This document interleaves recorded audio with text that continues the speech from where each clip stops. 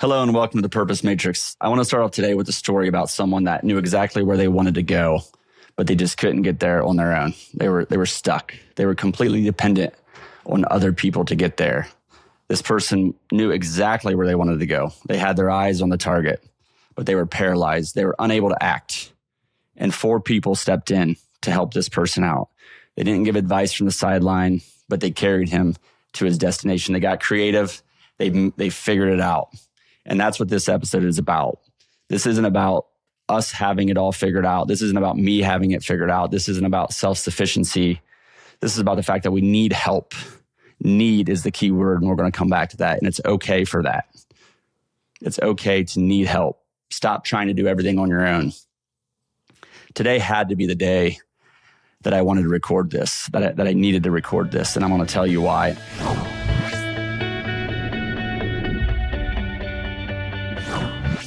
So first, I had a marketing discussion last week in the company, trying to figure out how to have more of an impact with our educational platform. And marketing is a gap of mine that I'm trying to figure out. So I met with this company and they said, you need to come up with your word. You need to identify the word that resonates with people. I was like, okay, I'll think about that. So I went to church on Sunday and I was an usher, which usually when I'm ushering, I'm in the back and I'm kind of paying attention to the ushering and I don't maybe get as much out of church, quite frankly. But that was different on Sunday. I was in the back and I was just paying attention, and I saw someone that reminded me of myself when I was younger. Probably showed up to church, probably not feeling the best. My eyes were, I was tired, maybe hungover, and it reminded me of me. And I was like, what was the word? Like this, I started tying to this. What was the word? And the person looked lost. They looked broken. They were paralyzed by what they were doing at that time in their life, right? And that was me. I was paralyzed. I was broken. The word that came to me was broken. We're all broken. A year ago, someone, and it's so weird that this has stuck with me, but a friend of mine was at an event with Matthew Kelly, and someone said that, you have so much going for you, Matthew. Like, how do you stay humbled? And he's like, at the end of the day, I'm just another broken human being. I'm just another broken man. That was his message. And I don't know why from that discussion with my friend that was there, that is the one thing that I remember from that discussion, that we're all broken. Okay. I am too. So this word's coming to me. I'm like, holy cow. And then I go back to my book draft. So I have halfway through the book, I have a full draft, but I gotta work on some things for it. But at the beginning, I have broken already in the book, but I didn't even know I did. And there's 5 obstacles that we all have that I already write about in the book. And I'm going to talk about those obstacles today and how we can overcome them. This is already in the book. This is why I had to record this today. See, I plan on doing this in a month or two. I wrote on as we launched the Purpose Matrix website, I was like, I'm going to do that then. That'll be strategic. Like I'll just push it down the road. I'll procrastinate a little bit. But today had to be the day. This morning, a few things happened. First of all, the story of the 4 men helping was the reflection from Matthew Kelly. I'm going to talk about Matthew Kelly a lot because he's really had a big impact on my life. But it's the opening story I told you about. Then I show up to work and my coworker. So I'm like, today's the day. Like I already had this in my mind. Like today's the day. I'm going to do this. So I had decided that I need to record this today. I show up to work and my coworker is wearing the sweatshirt I'm wearing. So I'll try to show it here on the recording. If you want to see it now, you got to go to the recording and watch the YouTube. If you're listening, I'll give you some more hints at the end. But he wore this sweatshirt. It's the first time he's ever worn this sweatshirt. 10 years ago, I was doing a presentation in the corporate world about how, we had been having some success building a team and building a leadership team. And I wanted to take that to the next level. And I had a organizational proposal. And at the end, the subtitle at the bottom, it said this phrase that I have on my sweatshirt right now that my coworker wore this morning. Today's the day. It's, in my opinion, this is the most life-changing phrase in the Bible. And I'm going to tell you what it is later. You're going to have to wait, but you need to take it seriously. When things line up like this, I pay attention. I had to record this today. I want to tell you about broken and what broken means and the obstacles and what we can do about it. This was already in my section about obstacles in the book, but it works so well. So what is it? So First of all, these are things that hold us back from what we need to be doing, right? These are things that hold us back from our passions. One of the things that drives me crazy, and if this is you, people are so talented, so unique, but they don't go after it. You got to go after your passions. You can't sit on the sidelines. And whatever that takes, and really what you need people around you that are supporting you in doing that, which we'll come to. But you're holding yourself back from your passions, from being the best version of yourself, from your biggest purpose. And this is in every single area of life, okay? This is in your family. This is in your relationships. This is at work. This is your health. This is every area of life. These things are holding us back. Broken. The first one is busyness. Busyness. The second one is regret. The third one is obsession. Future, money, lust, sports, kids sports, all things. I'll talk more about all these. The fourth one is control with a K, but it still works and you know it does. And the last one is ego. And I had all these things in the book already. We are broke. I mean, the coincidence of this is unbelievable. And I think all of these things, when you hear them, you can relate to more than just one of them. I just hit you. You just felt it because I have all these things. So busyness. Busyness is an epidemic in today's society. It looks like it's social media, it's TV, constant stimulation. People are fighting for your time all the time, right? You can't avoid it. One of the most impactful books, really two of them, The Ruthless Elimination of Hurry and Slowing Down to the Speed of Joy. They resonated with me for a reason because I'm so busy, because I create all this busyness. Right? I mean, 10 years ago, a neighbor that I don't really talk to much, he's like, all of us create these busy lives for ourselves. We're so busy with unimportant things. You know, Ruthless Elimination of Hurry say both sin and busyness have the exact same effect. It also says love, joy, and peace are incompatible with hurry and busyness. In the end, this is another quote from Ruthless Elimination of Hurry. In the end, your life is no more than the sum of what you give your attention to. So I love the quote, pay attention to what you pay attention to what you give your attention to what you give your time to, because busyness is an epidemic. You know, a couple months ago, one of my team members had the idea like, hey, what if we give out the book Slowing Down to the Speed of Joy to all of our residents? And we did that. And coincidentally, you know, that's the same book that Matthew Kelly gave out to all the churches this year. And it's really impactful. And in it, he says, more time isn't the answer. The answer is careful selection, prayerful discernment, a grateful heart, and acknowledgement of the reality of our finitude. And this applies to business as well. If you're a business leader, you know, the book, The 4 Disciplines of Execution, talks about the whirlwind, which is busyness, the day-to-day, the urgent day-to-day activities that devour the time and energy you need for what matters most. And that's a business book. But wow, how important and how impactful is that for us in our personal lives as well, right? Busyness disconnects you. Hurry is it's incompatible with having peace and joy. We need purpose. Like the counter to busyness is purpose, because it gives us clarity. It gives us focus as to what we're doing and why we're doing it. If we're clear on our purpose, we're probably not going to sit down and watch TV, especially garbage TV as much, which is the numbers are astronomical. Busyness is an epidemic. Get clear on your purpose for different areas of life, and you will start to get away from busyness. The second one is regret. And I like to say fear regret, not failure. But regret isn't a bad thing. It doesn't need to be a bad thing. I think we think about it as a bad thing. I clearly have it in here. I think about it as a bad thing. And we must understand our past. Like it's okay to understand it and reflect on it. But we have to shift it. Daniel Pink from The Power of Regret says, healthy and universal, regret is also valuable. It clarifies and it instructs. He also says when we handle it properly, regret can make us better. It hones our decisions and bestows a deeper sense of meaning.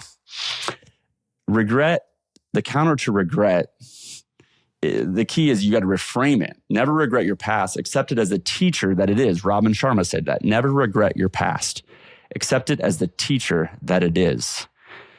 Bill Gates, it's fine to celebrate success, but it's more important to heed the lessons of failure.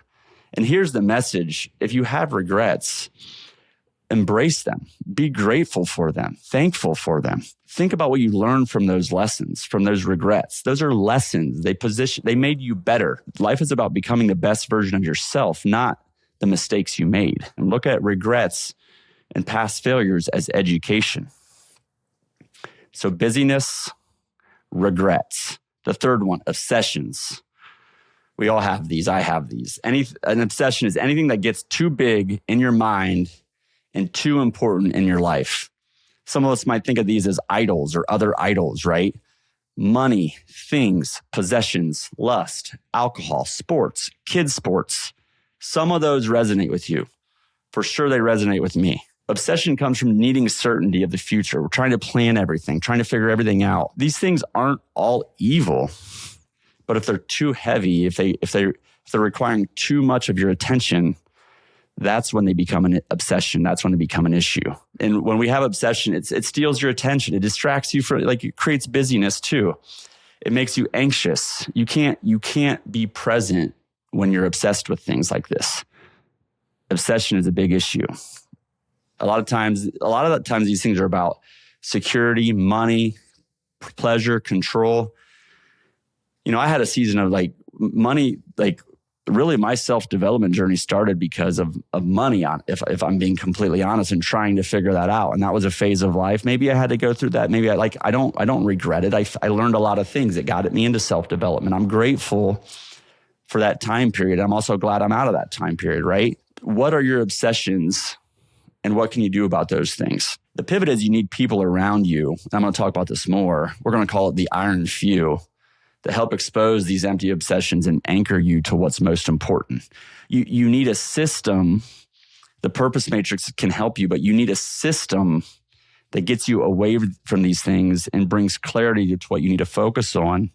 And you need associations, the iron few, that can hold you accountable to what's most important to you.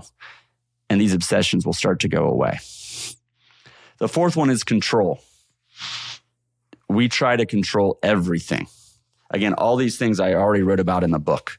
So I feel like I've been studying these things, and I've been studying these things. I'm not an expert on these things. I've been studying these things because I've been working on these things for myself. Control is a challenge for me. If you're a hard-driving, high performer, you want to be a leader, control is a challenge. We try to control everything. And what's important is understanding what we do control and what we don't control, right? You can control who you are. You can control what you do. You cannot control what happens to you. You cannot control the results. A simple story that maybe you can relate to if you have little kids is, I love my morning routines. It's really important to me. Get up, maybe go on a walk, maybe go on a run, work out. I try to have some quiet time, in the sauna, maybe prayer time. And my coworker and I talked about this too, but a lot of times chaos happens when you have 5 kids at home. And I hear the little 5-year-old or 6-year-old pitter patter across the floor upstairs or start yelling or fighting or whatever. There's chaos. And control tells me, yell, scream, correct it, fix it, control it, right? I mean, I'm never going to control a 5-year-old's being a kid. Let them be a kid. Path 2, how do we think about, we have to know what we control. How amazing it is that I get to hear that. I get to hear the pitter patter. I mean, the pitter patter of a young kid, of a young daughter is what an amazing thing, right? If I'm in the middle of something, yes, I should stop. It should distract me, and I should appreciate it for what it is. So know what I'm not going to stop that, and I don't want to. Who you are and what you do, that's what you can control. You can control your attitudes, your words, your actions. You can control becoming a better person, but you can't control what happens to you or what you have. A great quote is, and Jesus said it, which of you by worrying can add a single hour to this life? And the counter to having control, worrying about what you can control, the counter to that is courage. There's a prayer that I just came across as I was preparing for this morning, and I was like, man, this fits. The counter to control is courage. God, grant me the serenity to accept the things I cannot change, the courage to change the things I can, and the wisdom to know the difference. We're talking about a lot of those things today. Courage is doing the right thing and trusting God with the rest. You know, what's amazing about this whole broken thing is if you're familiar with the purpose matrix and the 5 pillars, the 5 principles of excellence, purpose, education, association, courage, and example, you might be hearing these things. The counter to busyness is purpose, which gives clarity and focus. The counter to regret is look at it as education. The counter to obsessions is build a system in your associations that hold you accountable to not do those things anymore. The counter to control is courage. And the last one, the E in broke, the counter to ego is be an example. Ego is the fear of looking stupid, the fear of what other people think. And it holds so many of us back. It holds me back. We've been conditioned our entire lives by society, and we worry about what other people think. Ego is from the mind. In fear, we create things in the mind. It creates fear. Ego creates fear of what other people think. And this is paralyzing. This is so paralyzing. It stifles so many of us. You know, C.S. Lewis said, humility is not thinking less of yourself. It's thinking of yourself less, right? And the counter to ego is just be an example. Just be a humble example. That's what we need to do. You know, Teddy Roosevelt, his quote, my favorite quote, someone else was on the show yesterday, actually inspired me to do this discussion too, but they also have this it's not the critic who counts. It's the one in the arena. But why is that on my board? It's because the critic counts to me too much. It counts to us so often. It's not the critic who counts. That's why that resonates with me, is because it's too much of a priority for me. So this isn't me telling you I have all this figured out. It's quite the opposite. It's me doing a lot of study to try to figure myself out and try to figure this all out. Another story about ego, like this is really fresh. This is actually in the last week too. And it ties to the whole discussion we just had. And there's some other things that I won't talk about, but we were on a party bus recently and I'm doing this thing called Exodus 90. So there's no drinking for 90 days. We're on a party bus. Everyone else is drinking. Man, it consumed me. Like, what are people going to think of me for not drinking? It's my ego getting in the way. Everyone else was doing. I was so worried what everyone else was going to, what everyone else thought. And I wanted to avoid the topic. How am I going to avoid this? How am I going to hide this? And I wasn't trying to show people that I wasn't doing it. I was actually trying to avoid it. I just didn't want the attention, right? But a few people noticed. It was fine. It was completely fine. At the end of the night, 11:30 midnight, I felt great. We had a great time. I had fun. I was entertained by a lot of different people. And I looked around. I was like, who do I want to be here? Like, I don't want to be that person. I don't want to be that person. That person's not going to feel good tomorrow. That person's going to feel horrible tomorrow. There were some other people having fun and people behaved, right? It was a good time. I wanted to be me. Like, I felt great, right? I was really happy we had a great time, but I was so worried about it. And it was my ego getting in the way. And the next day, Marsha's like, I wonder, because it came up, people asked some questions. Those situations were one-on-one. I was thankful for that because I was too worried about what the whole group thought. But then Marsha was like, I wonder if people saw that as an example, and maybe it got some people thinking. And maybe it did, maybe it didn't. That wasn't my goal, but maybe it did. I mean, even as I record this, I'm sitting here. I'm a mess, right? You can hear it. But as I record this, like, what are you going to think? What are you thinking of me right now? Our ego gets in the way so much and it holds us back so much. It's got to be holding you back. And it's okay to have it because we've been trained by society to have it our entire lives. So don't beat yourself up for it, but recognize it for what it is and offset it, right? Have the courage to do something about it instead of worrying about what other people think. Like, you're not thinking about, you might be thinking about me, but you're thinking about, is this true for me? Am I broken? Do I have an ego? Am I over controlling? Right? Do I have regrets that I need to reframe as lessons? Am I obsessed with some certain things? Man, I'm way too busy with me. You're thinking about that right now. I hope you are. Right? You're not thinking about me. Other people aren't thinking about you. So I apologize for saying that, but they're not. They're thinking about them because you're thinking about you right now. So ego can get in our way so much. If there's things that are holding you back, just discern, is it ego holding me back, or is it something else? And if it's ego, we gotta lean into that. And the best thing we can do for those people is be an example, because a lot of times they want permission to go after what they want to go after, right? You can be an example to them. You don't have to talk about it, but you can be an example to other people. That's what they're rooting for. That's what they're really, even if they're the critic, that's what they're rooting for. If we stop here and we don't take the next step, which is the end, and I'm going to talk about, we're broke, okay? And not financially, like, but we're broke. And like, that's where it stops. And we can't stop here. Broken is, we need help. I need help. You need help. We need our people. We need our team. The end, need help, okay? The paralytic in the story, we need help. We're all broken human beings. We're going to be. Matthew Kelly said it, right? The goal isn't perfection. That's not the goal. Be okay with it. We need help in every area of life. Faith from people, in our health, financially. If we're broke, we need help. Ask for it. Build your team. Your iron few. That's what we're going to call this. Your iron few. So the Purpose Matrix is online. thepurposematrix.com. There's a tab. You got to go through the steps yourself first.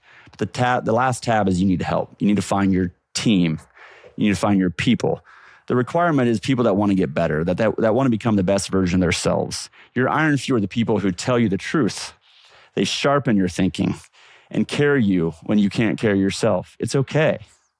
See, the anchor story at the beginning story, the story I started with, it's the story in the Bible from the paralytic. He knew what he wanted, right? Jesus was talking in the house. He couldn't get there. 4 men lifted him up. They dropped him through the roof on a stretcher, and Jesus healed him. That's the story. He needed help. He couldn't get there.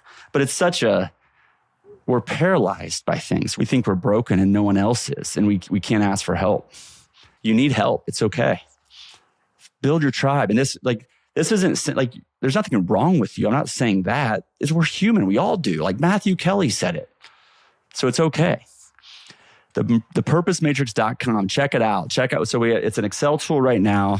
It's simply laid out. There's a small 1-minute video on how to fill it out. What you need is your iron few, right? A few select people. I encourage men to find 4 other men. I encourage women to find 4 other women that just want to grow together and find 30 minutes a week. And the process is right there. And just talk about what your goals are.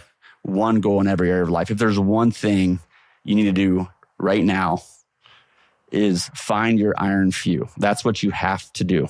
Like that's what brought me from, and I'm still broken, but that's what brought me from where I was in every single area of life to where I am today. And that's what's going to bring me today from where I am to where I will be. I know the direction I'm going, and I know the team that's going to get me there and support me. And I have different groups now. I have a group focused on faith. I have a group focused on business. We talk about other things too. Identify your iron few. Start with one person. Ask someone, hey, do you want to do this crazy thing with me? It's called the Purpose Matrix. We're going to be the iron few. Okay. I selected you specifically because there's only a few people I want to do this with. Use the tool on the website. Meet every week for 30 minutes. 30 minutes a week. If it doesn't change your life, tell me. It won't not. It can't not. It changed mine. Iron sharpens iron. That's what I said 10 years ago. But this can change your life. Because iron sharpens iron, and so man sharpens man. That's what my presentation 10 years ago said to my business leader. And when I walked in the office today, and Randy had this sweatshirt on, and it said, iron sharpens iron. Today's the day. So if this connected with you, if any of the ways that you're broke and I'm broke connected with you, share this with somebody else. Use the episode to say, hey, do you want to be part of my iron few? It will change your life for the Purpose Matrix. signing off.